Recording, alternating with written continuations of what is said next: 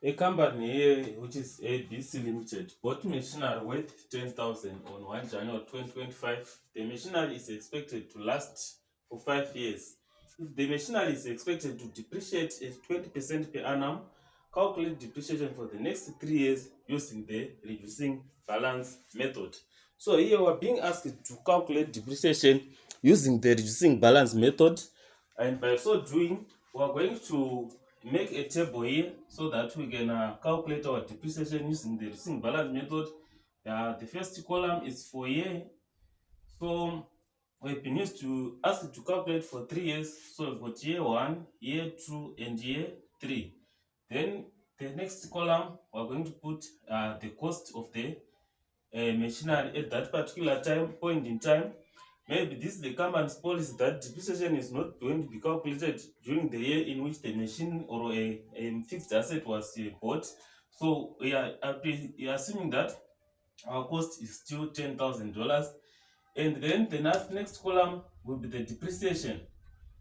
So depreciation here, we've been asked to calculate 20% per annum. So we're going to say 20% of $10,000, we get $2,000. Then the net book value, that's the amount, the cost of the machine at the end of the first year. We're going to say cost minus depreciation, we get our $8,000. Now, the cost for the next year, for the second year, is now 8,000.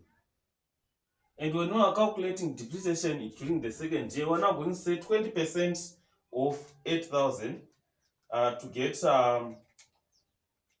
1,600. So this is now our new depreciation, 1,600. The net book value, we are now saying 8,000 minus 1,600. We get 8,000 minus 1,600. We get 6,400. So this 6,400 is now the new net book value for the second year. And when we are going to start third year, our machinery is now costing 6,400. So the new depreciation is now 20% of 6,400. Of 6,400, we get 1,280. 1,280. Then to get the net book value, we're going to say 6,400 minus 1,280. We get 5,120. 5,120. So it means when we are using the reducing balance method, our depreciation will keep on reducing until the final year. So this is the depreciation using the reducing balance method. There is also another way of calculating depreciation. Maybe they would ask you to use the other method, which is the straight line method. We can just twist our question a little bit. Here we can now say using the straight line method instead of the reducing balance method. So we are going to twist our question a little bit and say using the straight line method. On straight line method, the difference now with the reducing balance method, our depreciation will not change from year to year. So here we've got 10,000 as a starting cost. Then when we say our 20% of 10,000, that's 2,000. The net book value is 8,000.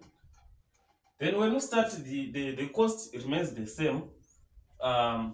It remains the same for depreciation to 2,000. Then you have got 6,000. Then 6,000 to begin with here. We also subtract 2,000. We get 4,000. So that's the difference between the reducing balance method and the straight line method. On straight line method, our depreciation remains the same. But on the reducing balance method, our depreciations will change from year to year. Thank you very much. That's how we calculate our depreciation using the two methods, the straight line method and the reducing balance.